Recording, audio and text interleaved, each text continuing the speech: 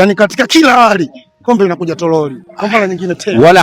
Wanakula hali. Timu yako iko kwenye moto na mvua. Wewe kama shabiki tetea timu yako. Leo Dar es Salaam nikiwepo katika uwanja wa Bandari nikishuhudia mpambano mmoja mzuri sana kati ya Toroli Combine na Azimio. Sasa hivi tunaenda kushuhudia kipindi cha pili mpaka dakika hii. Hapa nilipo na wadau wakubwa kabisa wa Toroli Combine. Ndugu yangu, mambo vipi? Kama kawaida. Unaonaje mchezo? Mchezo mzuri. Mchezo mzuri.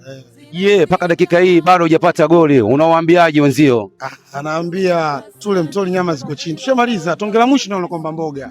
Ule mtori tule mtori nyama ziko chini. Tonge la mwisho ndio unakomba mboga. Sisi tumekuja kuchukua. Mmekuja kuchukua? Wanakula hali, yani katika kila hali kombe linakuja Toroli. Kwa mara nyingine tena. Wanakula hali. Toroli tunachukua, wanakula hali katika kila hali. Ikaja kutokea kama majirani zako mkatoka kitu chini na kuwaje? Hatuna jirani sisi. Simeni Aloni. Hili ndio la kiume. Pishi la kiume wanapika wanaume sio fulana. Lakini historia yetu, ngoja kupe historia Toroli mjomba kwa ufupi. Toroli haja kumtoa Choko. Toroli watu wa baba wote watu kaskazi ujue.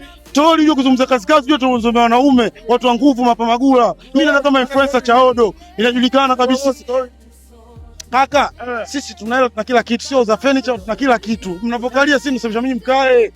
Ikaja ikatokea matokeo aina yoyote huko tayari kuyapokea. Wao naomba Mungu, sisi tunaomba Mungu, goli linaingia sisi.